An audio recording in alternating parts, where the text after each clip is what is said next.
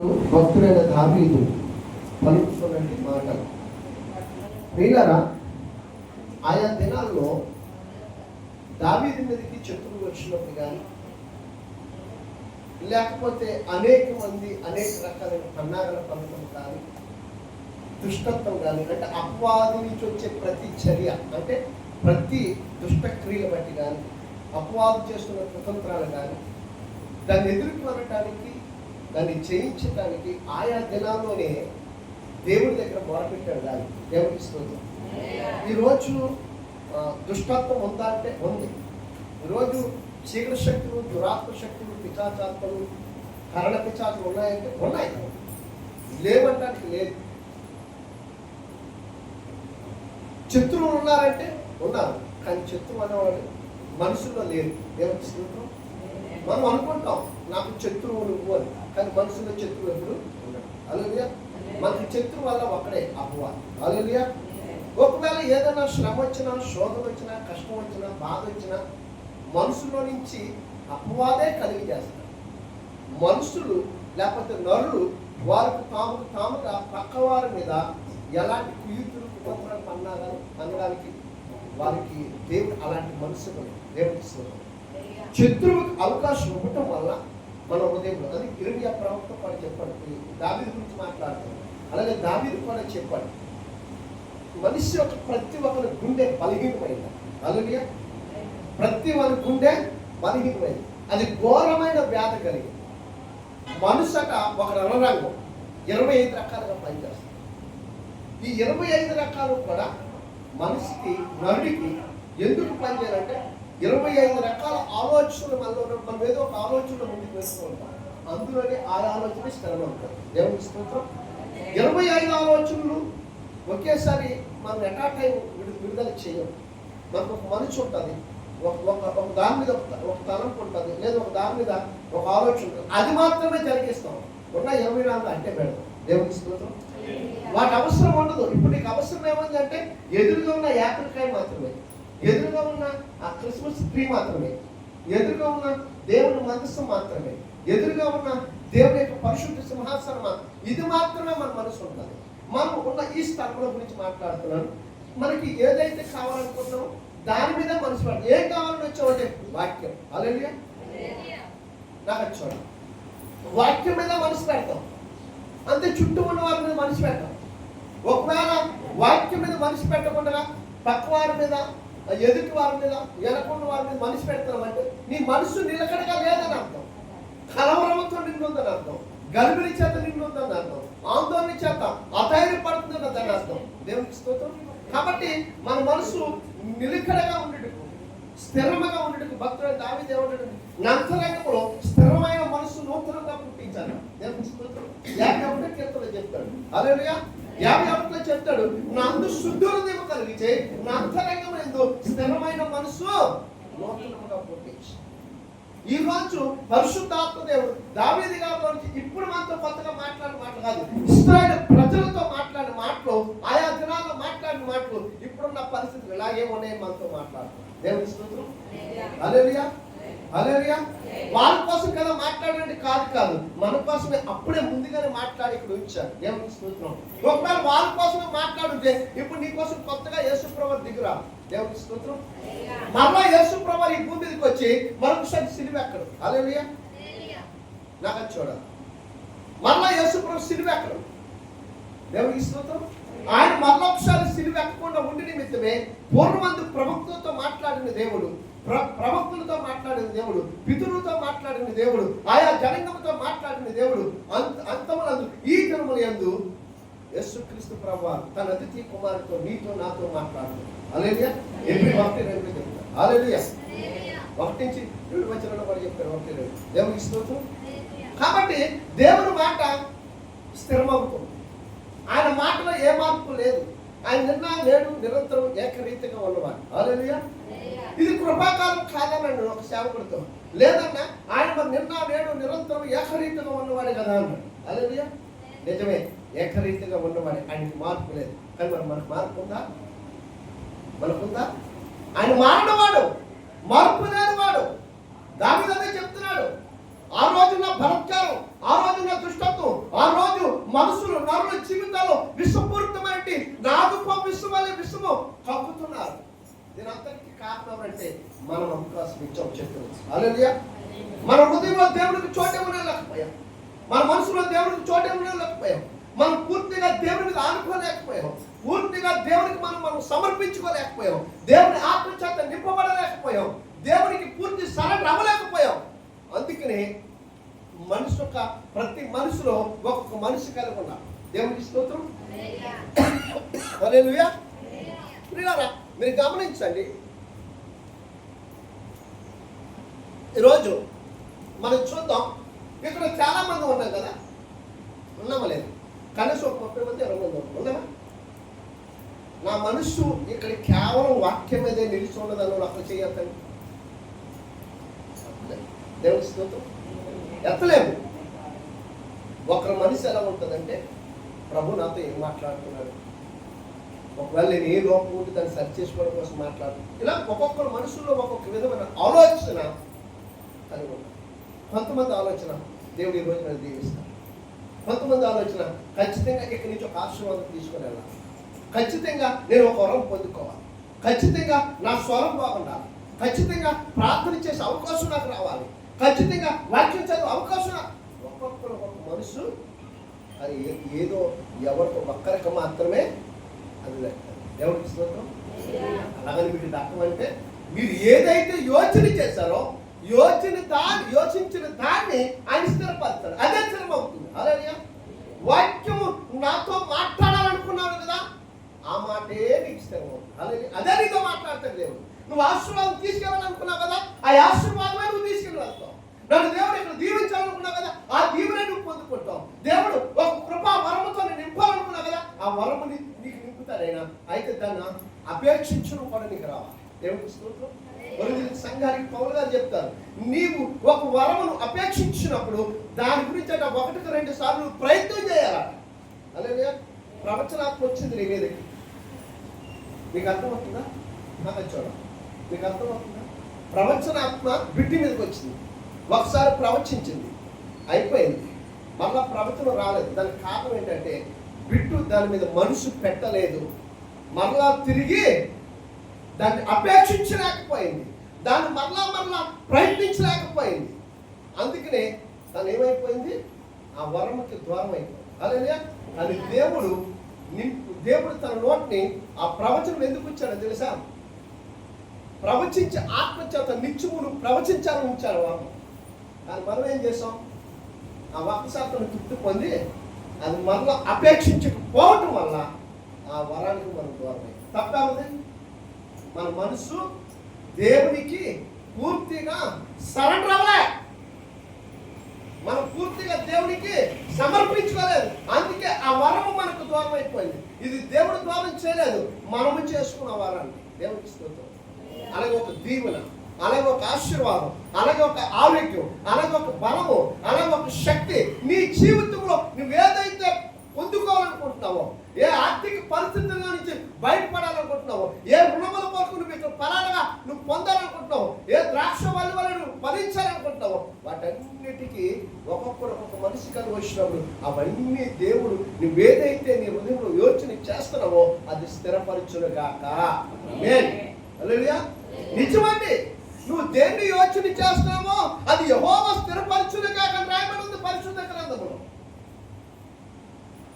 హల్లెలూయా. ఖచ్చితంగా నెరవేర్చబడతాడు. ఇప్పుడే నెరవేర్చబడతాడు. నీ విశ్వాసాన్ని బట్టి నీ జీవితంలో కార్యం చూడగలదు. హల్లెలూయా. హల్లెలూయా. నీ విశ్వాస సత్యతను బట్టి, నీ నమ్మకత్వాన్ని బట్టి అది ఇప్పుడే స్థిరమవును గాక. ఆమేన్. హల్లెలూయా. హల్లెలూయా. ప్రతి మనిషి జీవితంలో అన్నీ కావాలి, దేవుడు తప్ప. దేవుడికి స్తోత్రం. హల్లెలూయా. నిజమే కదా? నిజమా కదా? చెప్పండి అమ్మా, ధైర్యం ఏముంది? ఇందులో అన్నీ కావాలి, దేవుడు తప్ప. అన్నీ దేవుడు ఇచ్చేసాడుకో, అమ్మ నా దేవుడు ఎంత గొప్పవాడు. ఓకే, దేవుడు ఇచ్చేశాడు 100% ఇచ్చేశాడు. అంత కాపాడుకోవాల్సింది ఎవరి? అది వరములైన, ఫలములైన, ధన్యతలైన, ఆత్మీయ జీవితమైన, పరిశుద్ధతైన భక్తి అయినా వాక్యమైన కాపాడుకోవాల్సింది ఎవరిది? ఆయన ఇచ్చేశాడు. పరిశుద్ధ గ్రంథంలో లోకా సువార్తలో ఒక ఆయన ఉన్నాడు. 15 అధ్యాయం అనుకుంటాను. 11 వచనం నుంచి మీరు చదివితే మీకు అర్థమవుతుంది. తీయొద్దు, తల చూడండి, నేను చెప్తాను. ఆయన మీ అందరికీ తెలిసిన వాక్యం. ఒక తండ్రికి 2 కుమారులు ఉన్నారు. పెద్ద అయినా చిన్న ఆయన వచ్చి అంటాడు, ఏమయ్యా నాకు ఇచ్చేయాలి. అల్లరియా అదేంటన్నా నువ్వు వెళ్తే చాలా ఇబ్బంది పడిపోతావు, వద్దున నా దగ్గర ఉండు, ఇవన్నీ నీదే కదా, నీ అన్నది నీదే కదా, నాకు ఉన్నదంతా మీదే కదా. లేదు నాకు ఇచ్చాడు. ఏ రోజు సమకూర్చాడు, ఏ రోజు పొలానికి వెళ్ళాడు, ఏ రోజు వ్యవసాయంలో కలగూర్చాడు, తనది మొదలుకొని ఏ రోజైనా తండ్రి చేస్తున్న పనిలో పాలుభాగస్తులు అయ్యాడా? తండ్రితో కలిసి ఎప్పుడైనా వెళ్ళాడా? ఎక్కడ రాయబడి ఉందా మాట? కొన్ని మనం చూస్తున్నాం, మన పిల్లలు మనతో వచ్చి ఆ పొలంలో కూర్చొని ఆ మొక్క లేకపోతే కలుపు తీరు ఎప్పుడైనా చూసామా మనం? కానీ ఆయన వచ్చి అంటాడు, నా ఆస్తులో భాగం, నా ఆస్తులో భాగం. ఎవరు ఆస్తులు అట? నాన్నగారు నీ ఆస్తులో భాగం లేదు, నా ఆస్తులో భాగం నాకు. ఎవరు ఆస్తట? అంత వాక్యాలు జాగ్రత్తగా ధ్యానం చేసిన మనకు అర్థం అవుతూ ఉంటారు. నా ఆస్తులో భాగం. సరేనా, నన్ను మాట వినవు కదా, సరే ఇద్దరిని పిలిచి ఇది నీదిరా, ఇది నీది, పెద్దోడే నేను నీ దగ్గర ఉంటాను. దేవుడికి స్తోత్రం. వినాలి, నాకు అది చూడాలి, నేను ముగించేస్తాను. పెద్దోడే నేను నీ దగ్గర ఉంటాను. ఈయన తన ఆస్తి తీసుకుని వెళ్ళిపోతాడు. తనకి ఇచ్చిన ఆస్తి ఎంత ఏంటంటే ఇద్దరికి సమానంగానే భాగం ఇచ్చాడు. ఒకరికి ఎక్కువ ఒకరికి తక్కువ ఇవ్వలేదు, అలాగా ఆయన మిగిల్చుకోలేదు. పెద్దోడిది ఏమన్నాడంటే నేను నీతో ఉంటాను అన్నాడు. దేవుడికి స్తోత్రం. చెడ్డోడు తనకు వచ్చిన సగభాగము తీసుకుని వెళ్ళిపోయినట్టుగా రాయబడి. అవునా? తీసుకెళ్ళి ఏం చేశాడు? కాపాడుకున్నాడా? స్థిరపరచుకున్నాడా? దాచుకున్నాడా? నిల్వ చేశాడా? చేయలే. తప్పెవరిది? ఇప్పుడు ఆస్తి ఇచ్చిన తండ్రిదా, తీసుకున్న కొడుకుదా? చెప్పండి అమ్మా. కొడుకుదే కదా, బాధ్యత కొడుకుదే కదా. నీకు రావాల్సింది నీకు ఇచ్చేసినప్పుడు దాన్ని కాపాడవలసిన అవసరం నీది, దాన్ని స్థిరపరచవలసిన అవసరం నీది, దాన్ని నిల్వ చేసుకోవాల్సిన అవసరం నీది. ఇంకొక భక్తుడు ఉన్నాడు, ఆయన పేరు యేసే. ఐగుప్తులో కరువు వస్తుందని ఒక కళ వస్తుంది. దేవునికి స్తోత్రం. మరొక కళ వచ్చినప్పుడు ఆ కళను వివరించిన తర్వాత యేషాపు చేసిన పని ఏంటో తెలుసా? 7 ఏళ్ళు శ్రమలు వస్తాయంటే 14 ఏళ్ళకి ఆయన ధాన్యాన్ని నిల్వ చేస్తాడు.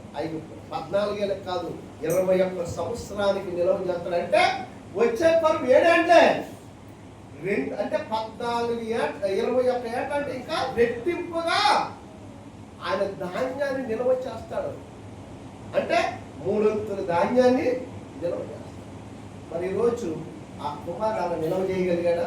మరి నీకు ఇచ్చిన వరముని, నీకు ఇచ్చిన ఫలములను, నీకు ఇచ్చిన ధన్యతని నువ్వు అపేక్షించకపోతే, నీవు ప్రయత్నం చేయకపోతే నీళ్ళు ఎక్కడ నిలిచిపోతారు? నీళ్ళు ఎక్కడ స్థిరపరచబడతాది? లేదు.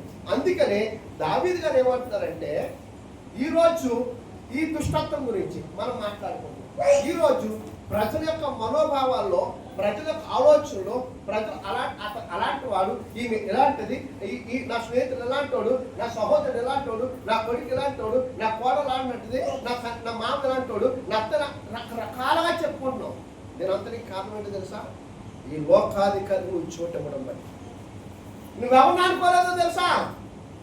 నువ్వు విశ్వసించి నీ కోసం ప్రాణం పెట్టినట్టు క్రీస్తు, నీలో విశ్వాసం కలిగించిన విశ్వాసకర్తని యేసు వైపు మీద నువ్వు ఆనుకోలేకపోయావు. అందుకనే నీ మనసు కలవరం చేత నిండబడింది. అందుకనే నీ మనసు 25 రకాలుగా పనిచేస్తుంది. నిజం మాట్లాడితే చెడ్డ, ఇది తప్పని చెప్తే చెడ్డ, ఇది సరి చేసుకోమని చెప్తే చెడ్డ. ఇదంతటికి కారణం ఏంటంటే నీవు మనసులో నీ దేవునికి నువ్వు చూడలేదు.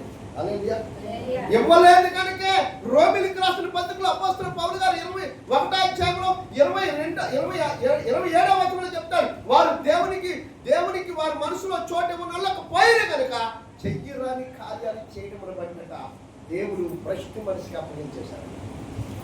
హల్లెలూయా, హల్లెలూయా.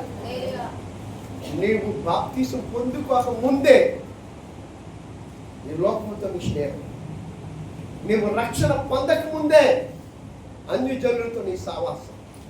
నువ్వు క్రీస్తుని విశ్వసించక ముందే నువ్వెన్ని ఆటలాడినా, ఎన్ని విధాలుగా ప్రయత్నించావు, అప్పుడు దాకా నువ్వు వేరు. బాప్తిసం పొంది రక్షణ పొంది విశ్వసించిన నీవు అక్కడి నుంచి పూర్తిగా క్రీస్తును నువ్వు ధరింపజేసుకోవాలి. నీ హృదయం దేవునికి ప్రతిష్ఠింపబడాలి. నీ మనసు దేవునికి సమర్పించాలి.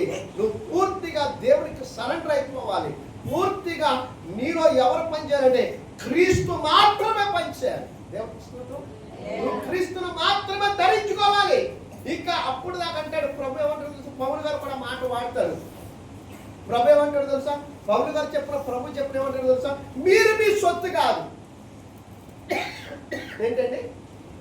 నాకు మీరు మీ సొత్తు, మీరు విలువ పెట్టబడి కొనబడి.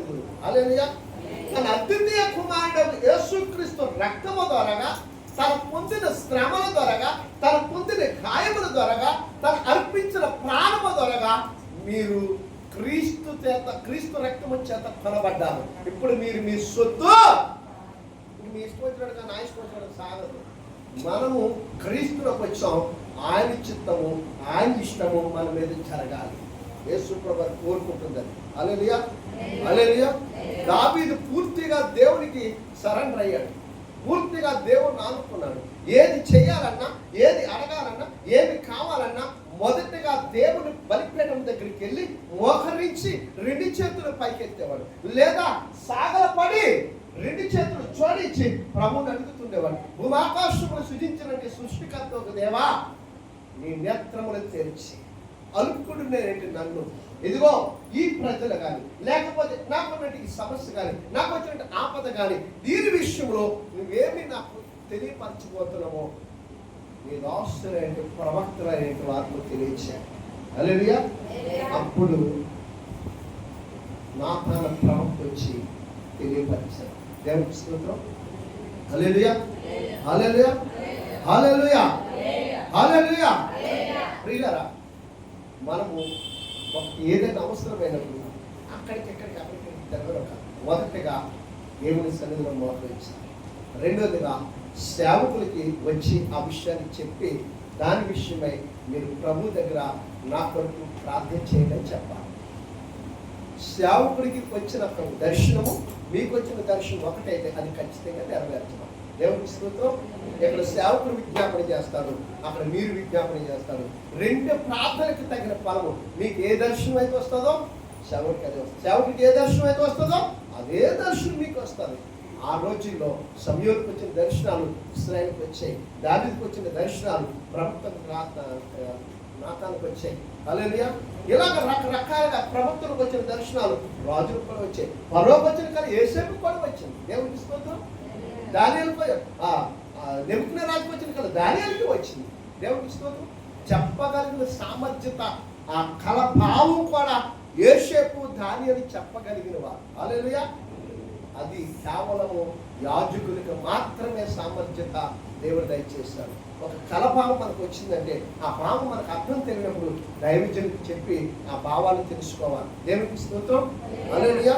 ఇప్పటికి అప్పటికి మార్పు ఏముందంటే అప్పుడు శత్రువు ఉన్నాడు, ఇప్పుడు దుష్టుడు ఉన్నాడు. అందుకే నేనేమంటున్నానంటే పరిశుద్ధ నామములో, యేసుక్రీస్తు నామములో నేనేమంటున్నానంటే పాతాళం అనేది ఎప్పుడు కూడా నరుల చేత నింపబడదు.